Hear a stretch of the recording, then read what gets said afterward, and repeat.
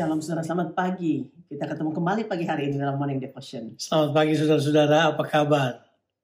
Saudara, kita akan melanjutkan pembacaan firman Tuhan, yaitu dari 2 Timotius pasal yang kedua, ayatnya yang ketiga, sampai dengan ayatnya yang ketujuh. Demikian firman Tuhan.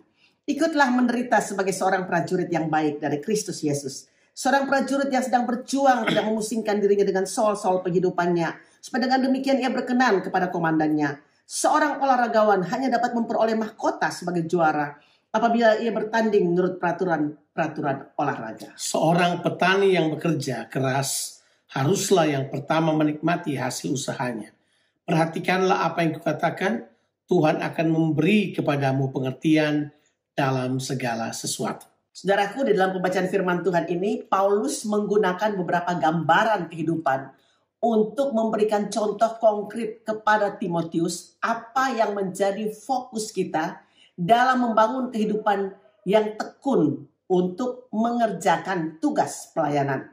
Dalam ayat 3 dan ayatnya yang keempat, Paulus menggambarkan pelayanan sebagai seorang prajurit yang rela untuk menderita. Menderita, saudaraku, dalam kesulitan, dan juga seorang prajurit tidak perlu untuk memusingkan dirinya sendiri dengan soal-soal kepentingan pribadi dan juga penghidupannya, supaya dia dapat berkenan pada komandannya, yaitu Tuhan Yesus Kristus. Nah, di sisi yang lain, Paulus juga memberitahukan bahwa bukan cuma menjadi prajurit yang rela menderita, tidak memusingkan dirinya sendiri. Paulus kemudian menekankan di ayatnya yang kelima, dia berkata bahwa bentuk pelayanan yang tekun adalah seperti seorang olahragawan yang hanya dapat memperoleh mahkota juara kalau dia bertanding menurut peraturan-peraturan dari olahraga itu. Dia tidak mungkin melakukan sesuatu yang berlawanan karena dia bisa mengalami istilahnya pakai diskualifikasi. Itu gagal karena melanggar aturan-aturan. Mungkin Paulus sedang berusaha memberitahukan Timotius, hey, menurut dunia mungkin saya adalah orang yang gagal. Karena sekarang saya ada di penjara. Saya tidak berdaya. Saya tidak bisa berbuat apa-apa. Tapi Paulus bilang, tidak. Saya adalah pemenang. Karena saya ada di penjara. Karena adalah mengikuti kehendak Tuhan Yesus. Justru karena saya melakukan kehendak Tuhan. Saya mengerjakan aturan-aturan kerajaan. Makanya dia ada dalam penjara. Jadi Paulus mengatakan kepada Timotius, gak perlu takut mengerjakan kehendak Tuhan. Jangan takut, karena itulah aturan dari pemimpin. Itulah aturan yang mengatur semua aturan permainan. Kita berkata kita dalam sebuah pertandingan. Di dalam pertandingan itu Tuhan yang mengatur aturannya. Paulus sering menggunakan istilah-istilah olahraga dalam hal ini. Seperti, aku bukanlah petinju yang sembarang bertinju.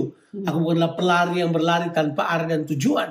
Jadi Paulus memberitahu bahwa dia adalah seorang yang mengerjakan panggilannya dengan tekun sesuai aturan kehendak Allah.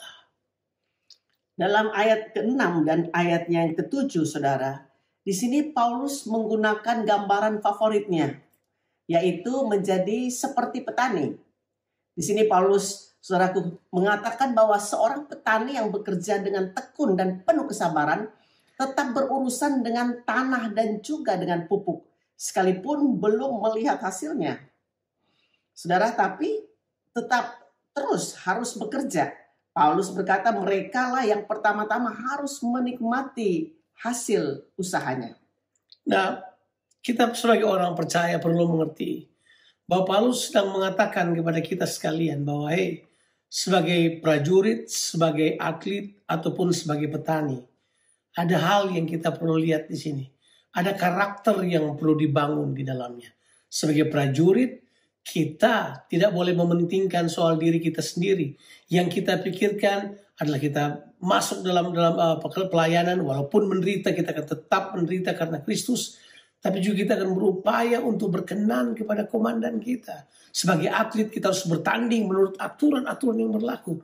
Sebagai petani adalah kita tetap bekerja keras sekalipun belum melihat hasil. Tapi Paulus berkata begini, hey, nanti saatnya begitu hasilnya tiba, kamu akan menikmati bersama-sama. Dan Tuhan berkata bahwa waktu kita berbuah, kita akan menikmati hasilnya.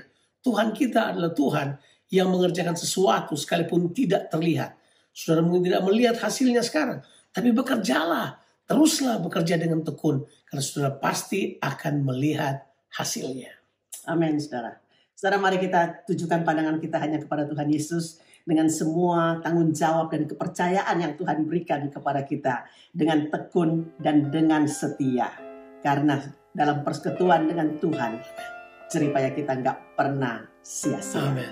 Tuhan Yesus memberkati saudara sekalian. Amin.